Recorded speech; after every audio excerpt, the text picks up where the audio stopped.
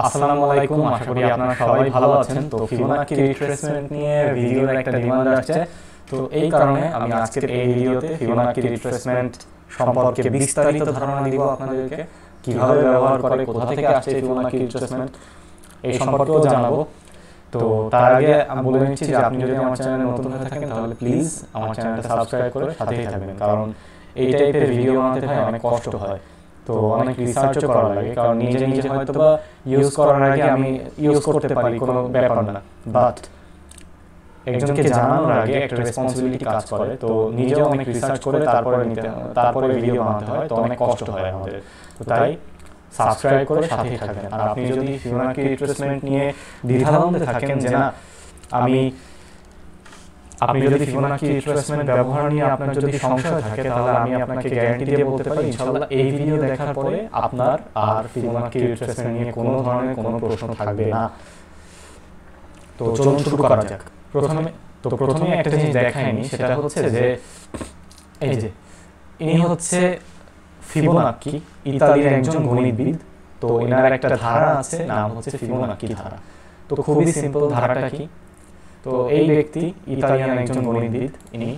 তো দেখেন, এখন কিন্তু আমরা স্টক মার্কেটের কোনো টার্ম শিখতেছি না, এটা ম্যাথমেটিক্যাল টার্ম। তো ইনি হচ্ছে ইতালির গণিতবিদ। তো ইনি একটা ধারা আবিষ্কার করেন, তার নাম হচ্ছে ফিবোনাকি ধারা। এর নাম অনুসারে হয়। তো উনি কি করেন, এই ব্যক্তি 0 আর 1 এই দুইটা সংখ্যা নেন, 0 আর 1। এই 0 আর 1 কে উনি যোগ করেন, এই 0 আর 1 কে উনি যোগ করেন। যোগ করার ফলে এই যোগফলটা পরবর্তী সংখ্যা হিসেবে লেখেন। তো 0 আর 1 কে যোগ করলে কত হয়? 1 হয়। তো 1, আবার এই 1 আর এই 1 যোগ করলে কত হয়? 2 হয়। তো এইখানে 2টা লেখেন। এখন এই 2 আর এই 1, এই 1 আর এই 2, এই দুটো সংখ্যা যোগ করলে কত হয়? 3। তো এই 3টা উনি লেখেন হচ্ছে এইখানে। আবার অর্থাৎ শেষ দুইটা সংখ্যা যোগ করলে পরবর্তী সংখ্যাটা পাওয়া যাবে যে কোনো ক্ষেত্রে। ধরেন এই যে 21, এখানে 8 আর 13 যোগ করলে 21 হয়, ঠিক আছে? অর্থাৎ উনি 0 আর 1 দুইটা সংখ্যা নেন, দুইটা নাম্বার নেন এবং এই নাম্বারগুলোকে যোগ করতে করতে পরবর্তী সংখ্যাটা প্রকাশ করেন। 0 আর 1 যোগ করলে হয় 1, 1 আর 1 যোগ করলে হয় হচ্ছে 2, 2 আর 1 যোগ করলে হয় 3, 3 আর 2 যোগ করলে হয় 5, আবার 3 আর 5 যোগ করলে কত হয়? 8, 5 আর 8 যোগ করলে হয় 8 5 13, আর হচ্ছে 8 আর 13 যোগ করলে হয় 21, আবার 21 আর হচ্ছে 13 যোগ করলে হয় 34, 34 আর 21 যোগ করলে কত হয়? যেটা হয় সেটাই হবে হচ্ছে এর পরবর্তী অ্যান্সার। তো এটা হচ্ছে অসীম ধারা, এটা একটা অসীম ধারা, এর কোনো শেষ নাই। তো এটাকে বলে ফিবোনাকি ধারা, সোজা কথা। তো এখন এটা কিন্তু একটা ন্যাচারাল নাম্বার, মানে ন্যাচারাল সিরিজ। তো কিভাবে ন্যাচারাল সিরিজ? দেখেন, এই জিনিসটা কিন্তু, এই ধারাটা কিন্তু যাই তাই কোনো ধারা না, এই ধারাটা প্রকৃতি মেনে চলে। কিভাবে মেনে চলে? এই দেখেন, এই যে আনারসের যে থোকাটা আপনি দেখতে পাচ্ছেন, এই যে আনারসের যে খাঁচকাটা দাগটা দেখতে পাচ্ছেন, এই যে একটা দাগ, এই যে একটা দাগ, এই যে একটা দাগ, আনারসের গায়ে যে খাঁচকাটা যেটা থাকে, এই খাঁজের যে সংখ্যাটা, পুরো আনারসের যে খাঁজের সংখ্যাটা, এটা যদি যোগ করা হয় তাহলে এটা কোনো না কোনো ফিবোনাকি সিরিজই হবে, তাই না? আবার ধরেন এই যে গোলাপের পাপড়ি, এই যে একটা পাপড়ি, দুইটা পাপড়ি, তিনটা পাপড়ি, একটা গোলাপের তো অসংখ্য পাপড়ি, এই যে এরকম পাপড়ি। তো এই পাপড়িগুলোকে খুলে যদি যোগ করা হয় তাহলে সেটা একটা ফিবোনাকি সিরিজের একটা সংখ্যাই হবে। আবার ধরেন এই যে আমের থোকা, একটা থোকায় অনেকগুলো আম ধরে, তো এই যে আমের থোকা, এটাও কিন্তু একটা ফিবোনাকি সিরিজকে মেনে চলে, রাইট? একটা থোকায় হয়তো 5টা আম থাকে, 1 2 3 4 5, এখানে 5টা আম আছে। তো একটা থোকায় যে যত সংখ্যক আম থাকে সেটা একটা ফিবোনাকি সংখ্যাই হয়। তো দেখেন, আমি আবারও বলতেছি, ব্যতিক্রম হবে না এটা কিন্তু সম্ভব না, ব্যতিক্রম অবশ্যই আছে। গোলাপের পাপড়ির সংখ্যা যে একটা ফিবোনাকি সংখ্যাই হবে এটা কিন্তু কোনো নিশ্চয়তা নাই, বাট হয়তো বা 10টা পাপড়ির ক্ষেত্রে 7টা পাপড়ি বা 8টা পাপড়ি হচ্ছে এই, হয়তো 10টা গোলাপের ক্ষেত্রে 7টা গোলাপ বা 8টা গোলাপই হচ্ছে এই সিরিজটাকে, ফিবোনাকি সিরিজটাকে মেনে চলে। তো আবার এই যে আনারসের খাঁজ যে সবসময় ফিবোনাকি সংখ্যক খাঁজই এখানে থাকবে সেটা কিন্তু সবসময় অ্যাপ্লিকেবল না, এটা কিন্তু ফিবোনাকি সিরিজের বাইরেও যেতে পারে। তো অর্থাৎ 100% ফিবোনাকি সিরিজকে মেনে চলবে এরকম কিন্তু না, বাট মেনে চলার সংখ্যাটা বেশি। প্রকৃতি ফিবোনাকি সিরিজকে মেনে চলে। তো এখন বিজ্ঞানীদের মনে প্রশ্ন জাগে যে শেয়ার মার্কেট কি ফিবোনাকি সিরিজকে মেনে চলে? এর উত্তর হচ্ছে হ্যাঁ, শেয়ার মার্কেটও ফিবোনাকি সিরিজকে মেনে চলে। সব সময় না, সব সময় কিন্তু মেনে চলবে এমন কোনো কথা নেই। আমি আগেও বলেছি, এই যে গোলাপের পাপড়ির ক্ষেত্রে মানবে কিনা জানা নাই। সব সময় কিন্তু না, সব সময় যে মেনে চলতে হবে তা কিন্তু না।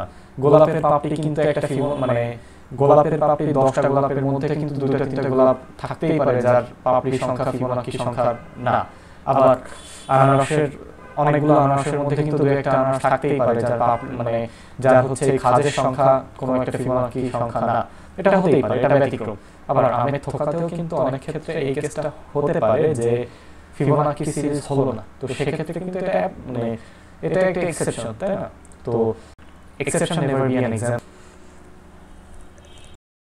এখন আমরা শিখবো যে শেয়ার মার্কেটের ক্ষেত্রে কিভাবে এই কনসেপ্টটা কাজে দেয়। তো দেখেন, আমি আগে থেকে আঁকায় রাখছি। তো ফিবোনাকি তো আমরা বুঝলাম, ফিবোনাকি বা ফিবোনাচি যে যা বলে, আমি ফিবোনাকি বলি। তো আর রিট্রেসমেন্ট শব্দটার মানে কি? রিট্রেসমেন্ট, তো ধরেন একটা শেয়ার, আমি এই কাঠামোটা এঁকে রাখছি, একটা শেয়ার এখান থেকে বাড়লো, এই যে কমলো, আবার বাড়লো, আবার কমলো, আবার বাড়লো, আবার কমলো, রাইট? এই যে বাড়ার ফাঁকে ফাঁকে যে কমতেছে, কতটুকু কমবে? এই যে বাড়ার ফাঁকে ফাঁকে যে কমতেছে, এই যে বাড়ার ফাঁকে ফাঁকে যে কমতেছে, কতটুকু কমবে? কতটুকু কমবে অর্থাৎ কতটুকু রিট্রেস করবে বা কতটুকু সংশোধন করবে, রাইট? কতটুকু রিট্রেস করবে বা কতটুকু সংশোধন হবে প্রাইসটা, কতটুকু কারেকশন হবে, সেইটাকে মেজার করতে আমাদের ফিবোনাকি রিট্রেসমেন্টের প্রয়োজন হয়। তো আমি আস্তে আস্তে আসতেছি ভিতরে। আবার সেম অ্যাজ এই যে একটা শেয়ারের প্রাইস কমতেছে, এখান থেকে কমতেছে কমতেছে কমতেছে, এই ডাউন ট্রেন্ড। তো এই যে এইখান থেকে যে বাড়া শুরু করছে, এই যে বাড়া শুরু করছে, কতটুকু বাড়বে? আপ ট্রেন্ডের ক্ষেত্রে এইটা ছিল রিট্রেসমেন্ট, শেয়ারের প্রাইস উঠতেছিল আর এখানে কমছে, তো এই কমাটাকে আমরা বলতেছি রিট্রেস করা। এই কমাটাকে আমরা বলতেছি রিট্রেস করা, এখানে এই কমাটাকে বলতেছি রিট্রেস করা। সেম অ্যাজ ডাউন ট্রেন্ডের ক্ষেত্রে বাড়াটাকে আমরা বলবো রিট্রেসমেন্ট, অর্থাৎ এই যে কমতেছে কমতেছে কমতেছে আবার বাড়তেছে। তো এই যে বাড়াটা কতটুকু বাড়লো, কতটুকু রিট্রেস করলো, রাইট? এই যে আবার কমতেছে কমতেছে কমতেছে আবার বাড়া শুরু করছে, কতটুকু বাড়বে, তাই না? অর্থাৎ প্রাইসটা কোথায় এসে রিঅ্যাক্ট করবে?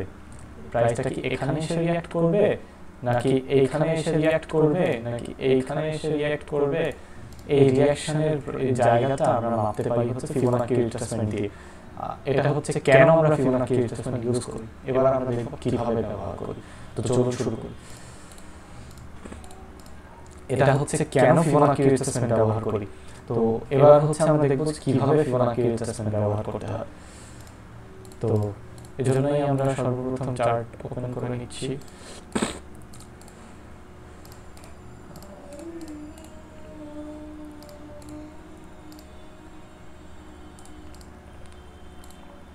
তো কোথা দিয়ে দেখাই,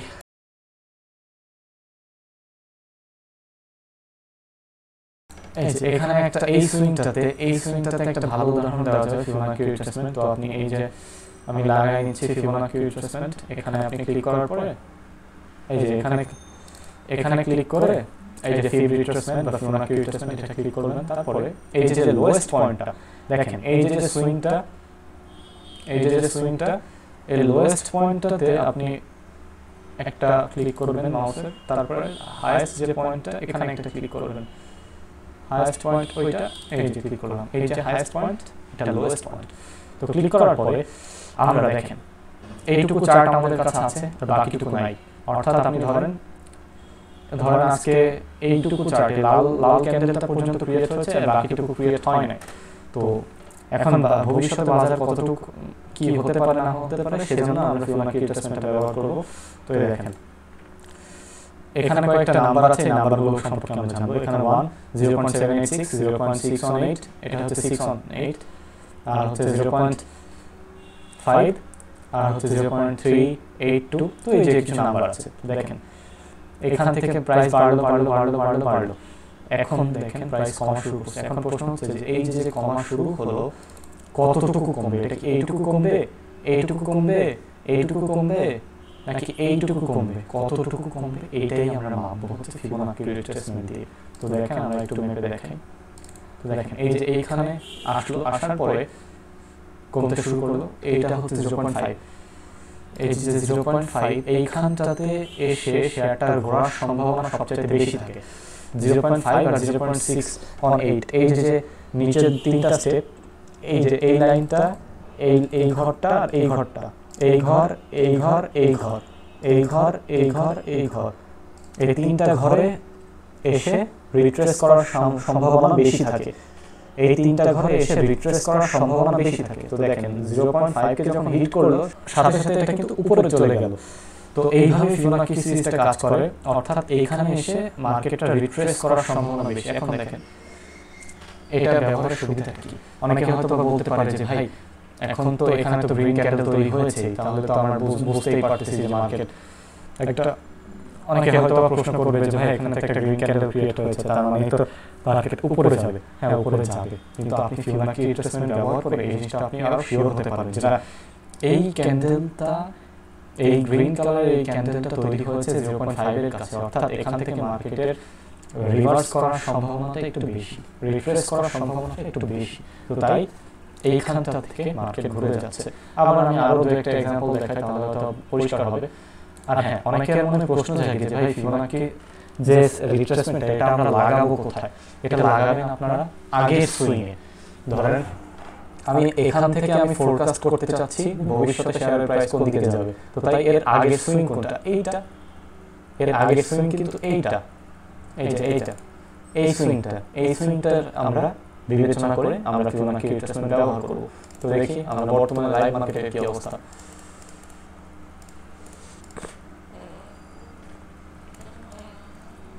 এই যে ধরেন বর্তমানে আমি এইগুলো একটু মুছে দিই। দেখেন এই যে একটা সুইং কিন্তু ক্রিয়েট অলরেডি হয়ে গেছে, তাই না? এখন ভবিষ্যতে মার্কেটটার উপর কি ধরনের প্রভাব আসতে পারে এই জিনিসটা কিন্তু আমরা ফিবোনাকি রিট্রেসমেন্ট দিয়ে খুব সহজেই মাপতে পারি। ধরেন আজকে হচ্ছে 20 তারিখ, তো এটা আমি আগে ডিলিট করে দিই, তারপর আমি এখানে ফিবোনাকি রিট্রেসমেন্ট ব্যবহার করে দেখাবো। তো এই যে এখানে ক্লিক করে এই যে ফিবোনাকি রিট্রেসমেন্ট দিলাম, এই যে লোয়েস্ট যে পয়েন্টটা, এই লোয়েস্ট পয়েন্টে আমরা একটা দাগ দিলাম, এই হাইয়েস্ট পয়েন্টে আমরা একটা দাগ দিলাম।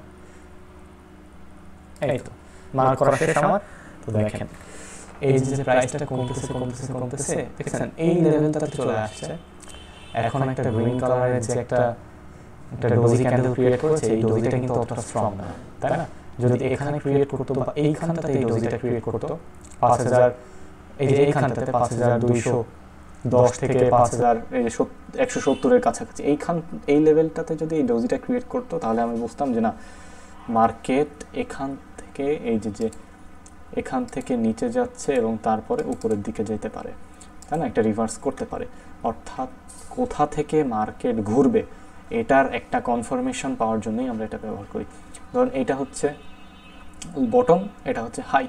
এখন এইটার মধ্যে থেকে কতটুকু পর্যন্ত ঘুরবে, এখন এটার মধ্যে থেকে কত দূর পর্যন্ত এটার মধ্যে থেকে কতটুকু পর্যন্ত ওঠানামা করবে সেই জিনিসটাই আমরা মাপতে পারি হচ্ছে ফিবোনাকি রিট্রেসমেন্ট দিয়ে।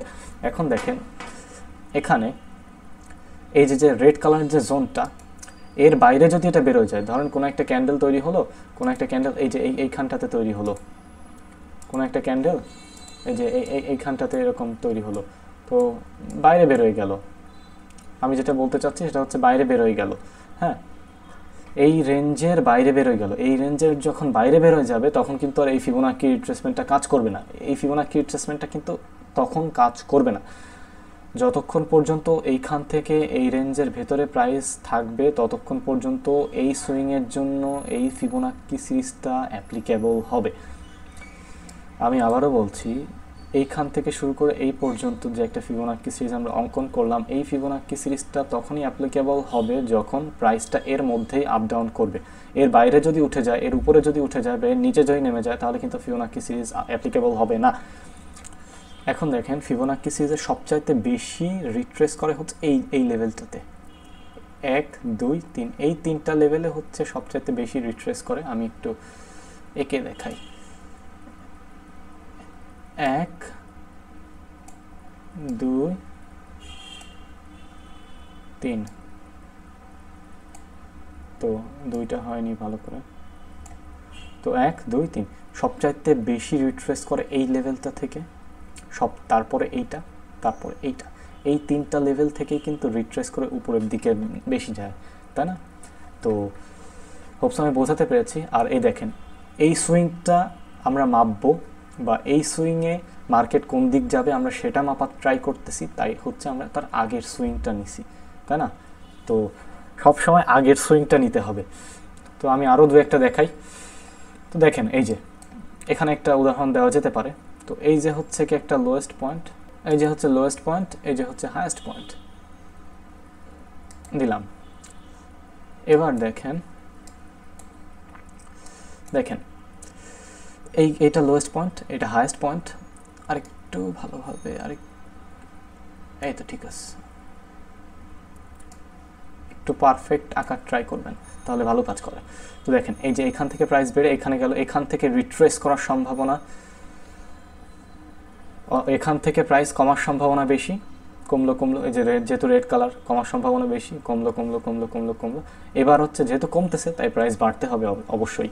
তো এখন দেখেন প্রাইস এখন কোন লেভেল থেকে রিট্রেস করবে সেটা আমরা মাপবো। তো দেখেন এই যে একটা গ্রিন কালারের ক্যান্ডেল তৈরি হলো এখানে, এই যে আরেকটা গ্রিন কালারের ক্যান্ডেল, এর মাধ্যমে আমরা বুঝছি যে ক্যান্ডেলটা যেহেতু এই যে 0.618, এই যে এইখানটাতে ক্রিয়েট হয়েছে 0.618-এ এই রেশিওতে, তাহলে এখান থেকে মার্কেটটা রিভার্স করার বা উপরের দিকে ওঠার সম্ভাবনা বেশি, তাই না? তো অবশ্যই এই 3টা প্যাটার্ন দেখেও অনেক কিছু বোঝা যায়, বাট আমরা কিন্তু এই 2টা জিনিস দেখে আরও একটু বুঝতে সুবিধা হয় আমাদের, যে না এইখান থেকে মার্কেট ঘোরার সম্ভাবনা আছে। তো এই দেখেন এখান থেকে হচ্ছে এটা উপরের দিকে গেছে। এখন দেখেন যেহেতু প্রাইসটা উপরের দিকে বেড়ে গেছে, এখন কিন্তু এটা ফিবোনাক্কি সিরিজকে মানবে না।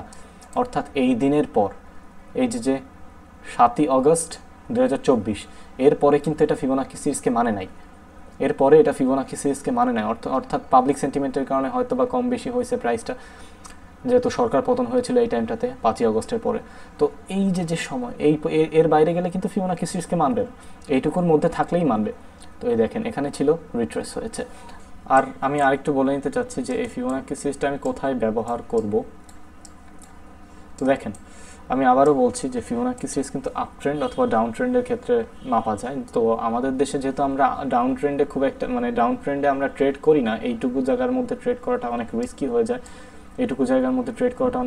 যায়, আর শর্ট সেল না থাকার কারণে আমরা ডাউন ট্রেন্ডটাকে অ্যাভয়েড করি। তো তাই আপ ট্রেন্ডেই ট্রেড করতে হয় আমাদের। তো এই কারণে আমরা এখানে মাপবো, আমরা এই জায়গাটাতে মাপার জন্য, আপ ট্রেন্ডের ক্ষেত্রে মাপার জন্য আমরা ফিবোনাক্কি সিরিজটা ব্যবহার করব। এই জায়গাটাতে এই সুইংটা ক্রিয়েট হবে, এইখানটাতে আমরা ফিবোনাক্কি সিরিজ এইখান থেকে শুরু করে এখানে লাগাবো, এবং তারপরে এইটুকু মাপবো যে কোথায় আপ ট্রেন্ড ডাউন ট্রেন্ডের শেষ হবে বা এর রিট্রেসমেন্টের শেষ হবে কোথায়। আমরা এই শেষের পয়েন্ট পেয়ে গেছি, আমরা এখানে এন্ট্রি নেব। পেয়ে যাওয়ার একদিনের পরে আমরা কনফার্মেশন পেয়ে যাব, তারপরে হচ্ছে আমরা এখানে এন্ট্রি নেব। তো তখন হচ্ছে আমরা এই পর্যন্ত যাব, তো আমাদের একটা প্রফিট হবে। এটাই হচ্ছে ফিবোনাক্কি সিরিজ ব্যবহারের উদ্দেশ্য। তো আমি হোপসো বোঝাতে পেরেছি যে ফিবোনাক্কি সিরিজ কেন ব্যবহার করে, কোথায় ব্যবহার করে, কী উদ্দেশ্যে ব্যবহার করে। তো দেখেন শুধু ফিবোনাক্কি সিরিজ বা শুধু একটা দুইটা জিনিসের উপর বেস করে কিন্তু এটা হয় না, তাই না? তো সাথে ফিবোনাক্কি সিরিজটা আপনি যেদিন দেখবেন সাথে ভলিউমটাও দেখবেন। আমি এখানে একটু দেখা আসি আপনাদেরকে যে আমি যে এই যে ফিবোনাক্কি সিরিজটা ব্যবহার করেছি এখানে ভলিউম কেমন ছিল। দেখেন এই যে এখান থেকে যে রিট্রেস করলো এখানে কিন্তু ভলিউম দেখছেন গ্রাজুয়ালি কিন্তু বাড়তেছে, এখান থেকে যে রিট্রেস করলো এখানে ভলিউম গ্রাজুয়ালি বাড়তেছে। আবার